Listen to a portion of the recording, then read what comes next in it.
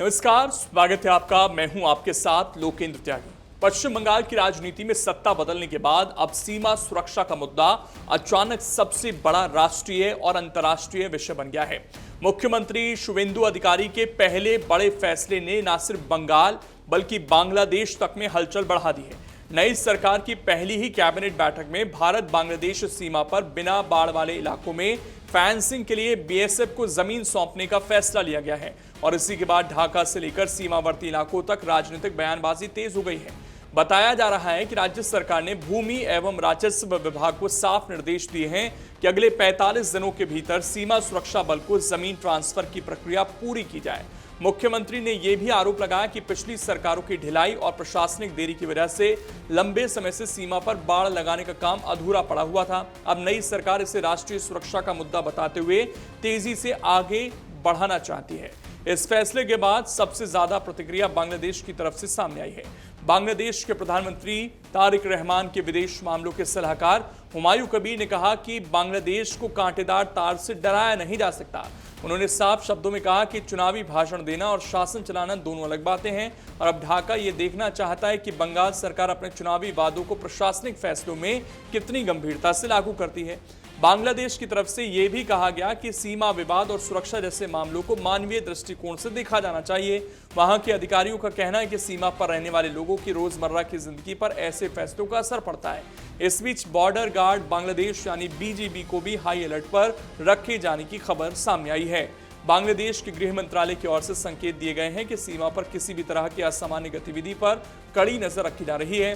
दरअसल भारत और बांग्लादेश करीब 4096 किलोमीटर लंबी अंतर्राष्ट्रीय सीमा साझा करते हैं, यानी जमीनी सीमा के मामले में भारत का सबसे बड़ा बॉर्डर बांग्लादेश से ही लगता है, जबकि इस मामले में दूसरा स्थान चीन का है, जिससे भारत की करीब 3500 किलोमीटर सीमा लगती है। भारत बांग्लादेश की सीमा दुनिया की छठी सबसे लंबी जमीनी सीमा भी है।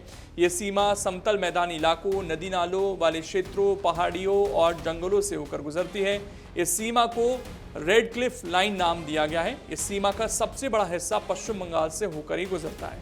आंकड़ों के मुताबिक बंगाल से लगी सीमा का एक बड़ा इलाका अब भी बिना बाढ़ के है। कई हिस्सों में नदी, दलदल, जंगल और घनी आबादी होने की वजह से फेंसिंग का काम बेहद मुश्किल माना जाता है। बीजेपी ने विधानसभा चुनाव के दौरान अपने संकल्प पत्र में वादा किया था कि सत्ता में आने के बाद सीमा सुरक्षा को सर्वोच्च प्राथमिकता दी जाएगी।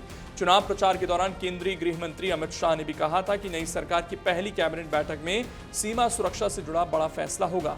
अब सरकार बनने के तुरंत बाद जो है हम देख रहे हैं कि किस तरीके से इस पर फैसला लिया गया है। राजनीतिक जानकारों का मानना है कि आने वाले दिनों में यह मुद्दा और गर्मा सकता है। बीजेपी जहां इसे अवैध घुसपैठ और राष्ट्रीय सुरक्षा से जोड़ रही है, वहीं विरोधी दल इसे राजनीतिक ध्रुवीकरण की राजनीति बता रहे हैं। तृणमूल कांग्रेस लगातार कहती रही कि सीमा सुरक्षा पूरी तरह केंद्र सरकार का विषय है और राज्य सरकार को इसके लिए जिम्मेदार ठहराना राजनीति से प्रेरित है। सीमा पर फेंसिंग का मामला पहले भी अदालत तक पहुंच चुका है। सुप्रीम कोर्ट और कलकत्ता हाई कोर्ट दोनों ने इस मुद्दे पर समय समय पर सवाल उठाए। अदालतों में जानकारी दी गई कि जमीन अधिग्रहण की धीमी प्रक्रिया और प्रशासनिक बाधाओं की वजह से कई किलोमीटर इलाके में अब तक बाढ़ नहीं लग पाए।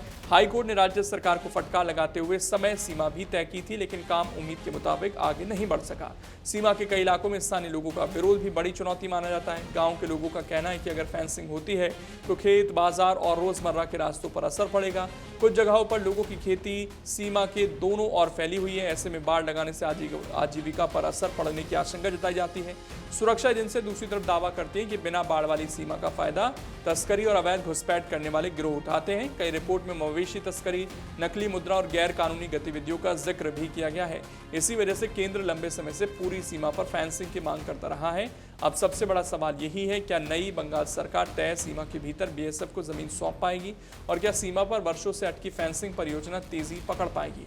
क्योंकि मामला अब सिर्फ बंगाल की राजनीति तक सीमित नहीं रहा है, बल्कि भारत बांग्लादेश संबंधों और राष्ट्रीय सुरक्षा की बहस का बड़ा केंद्र बन चुका है। फिलहाल सीमा पर हलचल तेज है, राजनीतिक बयान लगातार आ रहे हैं और दोनों देशों की नजरें पश्चिम बंगाल सरकार के अगले कदम पर टिकी है। अगर आप ये वीडियो YouTube पर देख रहे हैं तो हमारे चैनल को सब्सक्राइब कर बेल आइकन दबाएं और Facebook पर देख रहे हैं तो हमारे पेज को लाइक करें।